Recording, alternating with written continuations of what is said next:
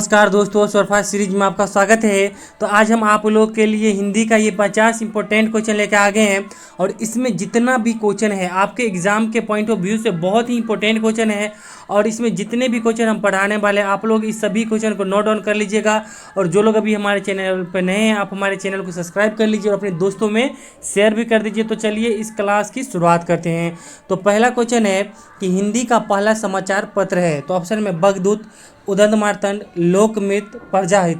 तो देखिए हिंदी का जो है पहला समाचार पत्र कौन था, तो उदंत मार्तंड था। ठीक, अब देखिए उदंत मार्तंड का शाब्दिक अर्थ होता है समाचार सूर्य। यह जो है एक साप्ताहिक पत्रिका था और इसकी शुरुआत किसने किया था, तो जुगल किशोर शुक्ल ने किए थे। अब अगला क्वेश्चन है कि संसार का सबसे बड़ा महाकाव्य है। तो ऑप्शन में रामायण, महाभारत, गीतांजलि, कोई नहीं। तो देखिए संसार का सबसे बड़ा महाकाव्य कौन है, तो महाभारत है। क्योंकि देखिए बस जो है दो ही महाकाव्य है, एक रामायण और एक महाभारत है। और इसमें सबसे बड़ा कौन है, महाभारत है। अब महाभारत के रचयिता कौन है, तो वेद व्यास है। अब देखिए रामायण के रचयिता कौन है, तो महर्षि वाल्मीकि है। और गीतांजलि किसकी पुस्तक है, तो रविंद्रनाथ टैगोर की पुस्तक है। अब अगला क्वेश्चन है कि निम्न में से कृत्रिम हिंदी किसे कहा जाता है। तो ऑप्शन में रेख्ता, हिंदवी, बंगारू, दरद। तो देखिए कृत्रिम हिंदी जो है रेख्ता को कहा जाता है। अब चलिए अगला क्वेश्चन देखते हैं। अगला क्वेश्चन है कि रामचरितमानस के लेखक कौन है। तो ऑप्शन में तुलसीदास, कबीरदास, वाल्मीकि, वेदव्यास। तो देखिए रामचरितमानस के लेखक कौन है, तो तुलसीदास है। अब देखिए आपको बताते हैं कि तुलसीदास का जन्म जो है उत्तर प्रदेश में हुआ था 1532 में। देखिए कहा जाता है, मगर बहुत सारी किताब में 1511 भी रहता है। तो देखिएगा आप लोग जब भी 1511 या 1532 के बीच में भी ऑप्शन आए तो आप लोग मार दीजिएगा। और इसका जन्म जो है सोरेन नामक स्थान, जैसा कि बोले, उत्तर प्रदेश में हुआ था। ठीक, अब चलिए देखिए आपको बताएं कि रामायण के रचयिता कौन है, तो वाल्मीकि है। और महाभारत के रचयिता कौन है, तो वेद व्यास है। ठीक है, और विजय किसकी कृति है, तो कबीरदास की है। अब अगला क्वेश्चन है कि संसार की भाषाओं में हिंदी का कौन स्थान है। तो ऑप्शन में पहला, दूसरा, तीसरा, चौथा। तो देखिए संसार की भाषाओं में जो है हिंदी का स्थान कौन है, तो तीसरा है। और पहला स्थान अभी जो है वर्तमान में अंग्रेजी का है। और दूसरे स्थान पर जो है मंदारिन भाषा, जो कि चाइना में बोला जाता है। और 2020 से पहले जो है चाइना यानी मंदारिन भाषा सबसे ज़्यादा बोला जाता था विश्व में पहला स्थान पर, मगर अब जो है वर्तमान में अंग्रेजी आ गया है। अब चलिए अगला क्वेश्चन देखते हैं। अगला क्वेश्चन है कि भारत में हिंदी को आप किस वर्ग में रखेंगे। तो ऑप्शन में राजभाषा, राष्ट्रभाषा, विभाषा, तकनीकी भाषा। तो देखिए हिंदी जो है भारत में राष्ट्रभाषा है। और देखिए सुप्रीम कोर्ट की जो है कार्यकारी भाषा कौन है, तो अंग्रेजी है। ठीक, अब चलिए अगला क्वेश्चन देखते हैं। अगला क्वेश्चन है कि हिंदी दिवस कब मनाया जाता है। तो ऑप्शन में 8 अक्टूबर, 7 अप्रैल, 14 दिसंबर, 14 सितंबर। तो देखिए हिंदी दिवस जो है 14 सितंबर को मनाया जाता है। आपको बताते हैं कि देखिए हिंदी जो है सामान्यतः उत्तर भारत में ही जितने भी हिंदी भाषी क्षेत्र हैं उसी में मनाया जाता है। अब अगला क्वेश्चन है कि तुलसीदास का जन्म कहाँ यानी कब हुआ था। तो ऑप्शन में 1520, 1554, 1780, 1200। तो देखिए तुलसीदास का जन्म जो है आप ऑप्शन के अनुसार मारिएगा 1520, क्योंकि बहुत सारी किताब में 1511 रहता है, बहुत सारे बुक में 1532 रहता है। तो जैसा ऑप्शन के अनुसार है तो 1520 इस दोनों के बीच में है, तो आप लोग इसे ही मारिएगा। अब अगला क्वेश्चन है कि हिंदी की उत्पत्ति किस अपभ्रंश से हुई है। तो ऑप्शन में मगधी, शौरसेनी, अर्धमगधी, नागर।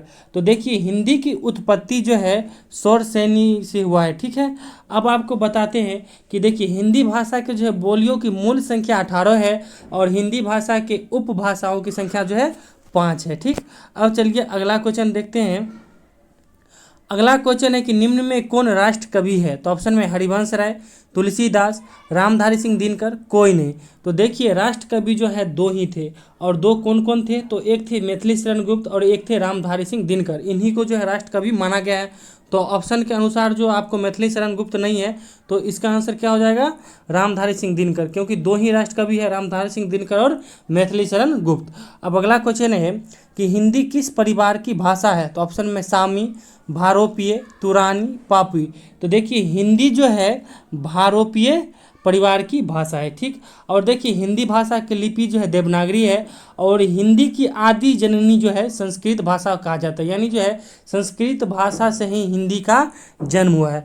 अब अगला क्वेश्चन है कि हिंदी का प्राचीनतम रूप कहाँ मिलता है? तो ऑप्शन में ऋग्वेद में, सामवेद में, यजुर्वेद, अथर्ववेद। तो देखिए हिंदी का प्राचीनतम रूप आप समझ सकते हैं कि हिंदी जो है आपको लिया गया है कहाँ से? संस्कृत से, और संस्कृत जो है ऋग्वेद में है। ठीक है, संस्कृत जो है ऋग्वेद से लिया गया है, तो इसका सही उत्तर क्या हो जाएगा? ऋग्वेद। यानी जो हिंदी जो हो जाएगा आपको इसका प्राचीनतम रूप कहाँ से मिलता है? तो ऋग्वेद से। अब चलिए अगला क्वेश्चन देखते हैं। अगला क्वेश्चन है कि देव भाषा कौन सी है? तो ऑप्शन में हिंदी, पाली, संस्कृत, खड़ी भाषा। तो देखिए देव भाषा जो है आपको संस्कृत को कहा जाता है। अब अगला क्वेश्चन है कि रामचरितमानस किस भाषा में लिखी गई है? तो ऑप्शन में संस्कृत, पाली, प्राकृत, मैथिली।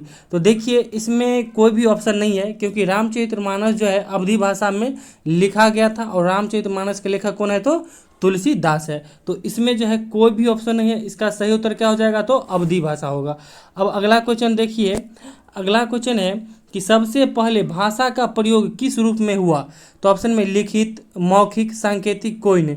तो सबसे पहले जो है भाषा का प्रयोग सांकेतिक, यानी जो इशारा के रूप में, आप इशारा करते हैं ना आँख से कि इधर आओ, चाहे हाथ से बुलाते हैं बहुत दूर आदमी को इधर आइए, तो यह जो है सांकेतिक भाषा है। तो जब भाषा का प्रयोग नहीं हुआ था, मानव को, जैसे आदि मानव को भाषा का ज्ञान नहीं था, तो वह लोग जो है संकेत से ही एक दूसरे को बुलाते थे, इशारा करते थे। ठीक है, अब देखिए ऑप्शन को भी देख लेते हैं। देखिए लिखित भाषा की जो है आधारभूत इकाई किसे कहते हैं? तो वर्ण को कहते हैं। और मौखिक भाषा की इकाई जो है आपको ध्वनि है, मगर यही पूछ दे कि मौखिक भाषा की सबसे छोटी इकाई हो जाएगा शब्द, और मौखिक भाषा की सबसे बड़ी इकाई जो है वाक्य है। अब अगला क्वेश्चन है कि भारत की सबसे प्राचीन भाषा कौन है? तो ऑप्शन में हिंदी, संस्कृत, पाली, तेलुगु। तो देखिए भारत की सबसे प्राचीनतम भाषा कौन है? तो आपको संस्कृत है। और देखिए भारत में सबसे ज़्यादा बोले जाने वाली भाषा कौन है? तो हिंदी है। और दूसरे स्थान पर कौन है भारत में? तो बांग्ला भाषा बोला जाता है।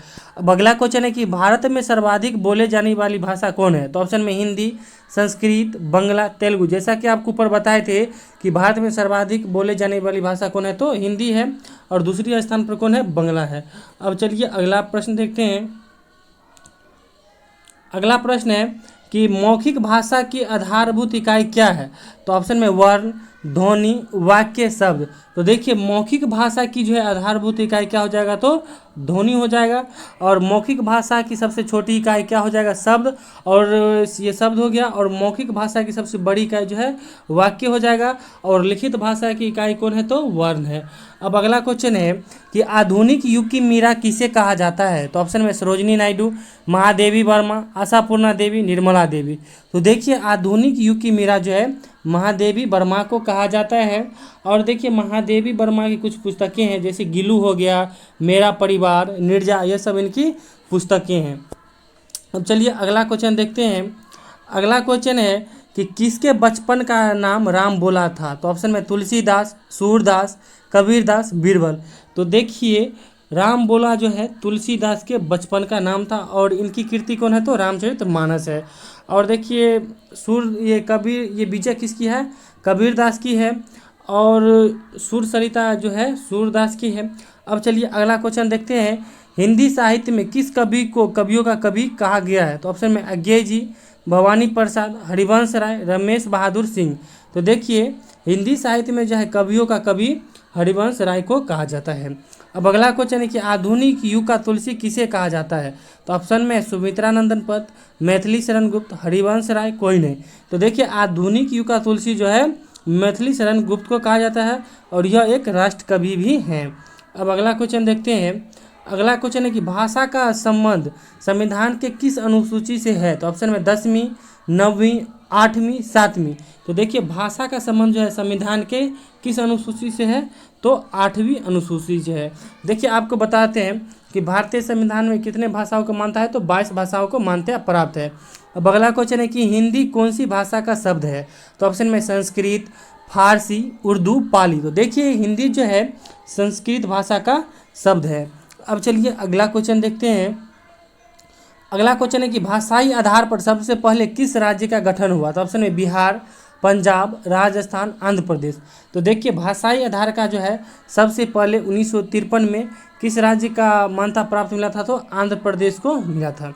अब अगला क्वेश्चन है कि राजभाषा आयोग का गठन कब हुआ, तो ऑप्शन में 1953, 1955, 1956, 1960। तो देखिए राजभाषा आयोग का गठन जो है 1956 में हुआ था।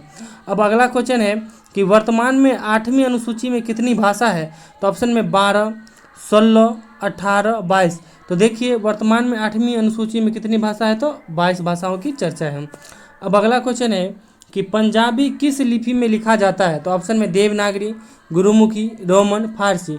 तो देखिए पंजाबी जो है गुरुमुखी लिपि में लिखा जाता है, और गुरुमुखी लिपि के ये खोजकर्ता कौन थे, तो गुरु अंगद देव थे, जो कि सिख धर्म के दूसरे गुरु थे। और हम लोग की जो भाषा कौन है, तो हिंदी में ये देवनागरी है। अब अगला क्वेश्चन है कि कबीर दास की भाषा थी, तो ऑप्शन में खड़ी बोली, सद्दू ककरी, कन्नौजी, ब्रज। तो देखिए कबीर दास की भाषा जो है सद्दू ककरी थी। अब अगला क्वेश्चन है कि ब्रज भाषा का विकास किससे हुआ है, तो ऑप्शन में उपनागर, मगधी, सौरसेनी, भोजपुरी। तो देखिए ब्रज भाषा का विकास जो है किससे हुआ है, तो सौरसेनी अपभ्रंश से हुआ है। अब अगला क्वेश्चन है कि लिखित भाषा की आधारभूत इकाई क्या है, तो ऑप्शन में वर्ण, ध्वनि, वाक्य, शब्द। तो देखिए लिखित भाषा की आधारभूत इकाई जो है कौन है, तो आपको वर्ण होता है। और मौखिक भाषा की आधारभूत इकाई ध्वनि को कहते हैं। और मौखिक भाषा की सबसे बड़ी इकाई वाक्य और सबसे छोटी इकाई शब्द होता है। अब अगला क्वेश्चन है कि भाषा का प्राचीनतम रूप किस ग्रंथ से मिलता है, तो ऑप्शन में सामवेद, अथर्ववेद, ऋग्वेद, उपनिषद। तो देखिए भाषा का प्राचीनतम रूप जो है आपको ऋग्वेद से मिलता है। अब अगला क्वेश्चन है कि भाषा की सबसे बड़ी इकाई क्या है, तो ऑप्शन में वाक्य, ध्वनि, वर्ण, अर्थ। भाषा की देखिए सबसे बड़ी इकाई क्या हो गया, सब ऊपर भी बताए, तो ये हो जाएगा आपको वाक्य हो जाएगा। और भाषा की मौखिक भाषा की इकाई क्या है, तो ध्वनि है। और लिखित भाषा का जो है वर्ण है। और देखिए आप लोग को यह क्लास अच्छा लगता है तो प्लीज़ वीडियो को लाइक कीजिए और हमें सपोर्ट कीजिए, क्योंकि आपके सपोर्ट से हमें मोटिवेशन मिलता है। और इसी तरह अब रेगुलर क्लास भी लेके आते रहेंगे, ठीक है। अब चलिए अगला क्वेश्चन देखते हैं। अगला क्वेश्चन है कि मगही किस उपभाषा की बोली है, तो ऑप्शन में पूर्वी हिंदी, पश्चिमी हिंदी, राजस्थानी, बिहारी। तो देखिए मगधी जो है, ये मगही जो है आपको बिहारी उपभाषा की बोली है, क्योंकि देखिए और इसकी लिपि जो है आपको देवनागरी लिपि ही होता है, क्योंकि यह जो है मैथिली और आपको अवधी भाषा का ये मिश्रण है, ठीक। अब अगला क्वेश्चन है कि हिंदी का प्रथम बड़ा महाकाव्य है, तो ऑप्शन में पद्मावत, कात्यायनी, प्रिय प्रवास, कोई नहीं। तो देखिए हिंदी का प्रथम बड़ा महाकाव्य कौन है, तो पद्मावत है, और इसके लेखक कौन है, तो मोहम्मद मलिक जैसी है, ठीक है। अब अगला क्वेश्चन है कि पहला विश्व हिंदी सम्मेलन कहाँ हुआ था, तो ऑप्शन में पटना, दिल्ली, नागपुर, असम। तो देखिए पहला विश्व हिंदी सम्मेलन कहाँ हुआ था, तो दिल्ली में हुआ था। देखिए यहाँ मोहम्मद नहीं होगा, देखिए कहने में ये हो गया मलिक मोहम्मद, हाँ मोहम्मद है, मलिक मोहम्मद जैसी होगा, ठीक है। अब अगला क्वेश्चन देखते हैं। अगला क्वेश्चन है कि देव भाषा कौन सी है, तो ऑप्शन में हिंदी, पाली, संस्कृत, कोई नहीं। तो देखिए देव भाषा कौन है, जैसा कि आप लोग को अब पता ही चल गया होगा, तो देव भाषा जो है संस्कृत को कहा जाता है। अब अगला क्वेश्चन है कि वर्ज भाषा किस लिपि में लिखी जाती है, तो ऑप्शन में गुरुमुखी, फारसी, देवनागरी, कोई नहीं। तो देखिए वर्ज भाषा जो है आपको देवनागरी लिपि में ही लिखा जाता है। अब अगला क्वेश्चन है कि भाषा लिखने का ढंग है, तो ऑप्शन में व्याकरणों, लिपि, वाक्य, शब्द। तो भाषा जो लिखने का ढंग है यह एक लिपि में लिखा जाता है। अब चलिए अगला क्वेश्चन देखते हैं कि भाषा की उत्पत्ति किस धातु से हुई है, तो ऑप्शन में भाषा, भास, भाष्य और भास। तो देखिए भाषा की उत्पत्ति जो है ये बी नंबर जो ऑप्शन है ये मारिएगा, ठीक है, भास। अब अगला क्वेश्चन है कि हिंदी भाषा की बोलियों की मूल संख्या कितनी है, तो ऑप्शन में 22, 25, 15, 18। जैसा कि ऊपर आप लोग को पता चल गया होगा कि हिंदी भाषा के बोलियों की मूल संख्या जो है 18 है। अब अगला क्वेश्चन है कि हिंदी के उपभाषाओं की संख्या कितनी है, तो ऑप्शन में 5, 10, 15, 20। तो देखिए हिंदी के उपभाषाओं की संख्या कितनी है, तो 5 है। अब चलिए अगला क्वेश्चन देखते हैं। अगला क्वेश्चन है कि कौन सी भाषा मानक भाषा नहीं मानी जाती है, तो ऑप्शन है मैथिली, हिंदी, अवधी उर्दू। तो देखिए इसमें से जो है अवधी को मानक भाषा नहीं माना जाता है। आप देखिए संविधान में जितने भाषाओं को मान्यता प्राप्त है उसको जो मानक भाषा माना जाता है, और अवधी को जो है संविधान में मान्यता नहीं प्राप्त है। ठीक, इसीलिए यह जो है मानक भाषा नहीं माना जाता है। अब अगला क्वेश्चन है कि खड़ी बोली निम्न में से कहाँ बोली जाती है? तो ऑप्शन में झांसी, कानपुर, मेरठ, इलाहाबाद। तो देखिए खड़ी बोली जो है आपको मेरठ में बोला जाता है, और खड़ी बोली का आविष्कारक कौन थे? तो अमीर खुसरो थे। अब अगला क्वेश्चन है कि भारत में सर्वाधिक बोले जाने वाली दूसरी भाषा कौन है? तो ऑप्शन में हिंदी, बंगला, तेलुगु, उर्दू। जैसा कि आप लोग को ऊपर कई बार हम डिस्कशन में बता दिए हैं कि पहला स्थान पर हिंदी है और दूसरा स्थान पर कौन है। तो इस प्रश्न का उत्तर आप लोग कमेंट में ज़रूर दीजिएगा और आपके कमेंट का इंतजार रहेगा। और देखिए आप लोग को यह क्लास कैसा लगा हो आप हमें कमेंट करके फीडबैक दीजिए, और इस वीडियो को लाइक कीजिए और अपने दोस्तों में शेयर कर दीजिए, क्योंकि ज़्यादा